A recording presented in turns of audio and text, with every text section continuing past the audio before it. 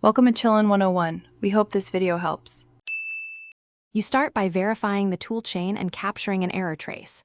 Update rust up in components, then run cargo clean. Once done, build with rust backtrace equals 1 to get a stack trace. This reveals where it fails. Make sure to test a minimal binary with all plugins or IDE integrations disabled, because those often introduce crashes. If the crash disappears, you know the problem sits outside your code. If it persists, collect the trace and proceed to dependency and memory checks. You now dive into the middlework, dependencies and build modes. Use cargo tree to spot duplicate or conflicting crate versions, then lock them or add overrides.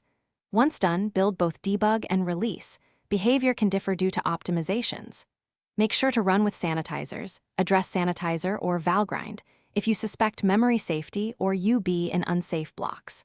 Also, rebuild native/dependent C libraries and confirm ABI compatibility. Mismatched native libs are a common source. You finish by isolating and resolving the issue.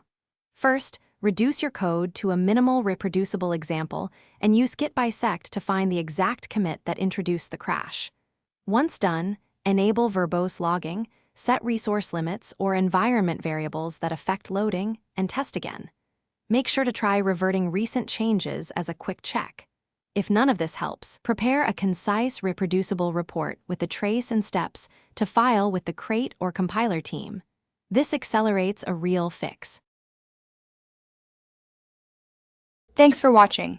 Consider subscribing if we helped you.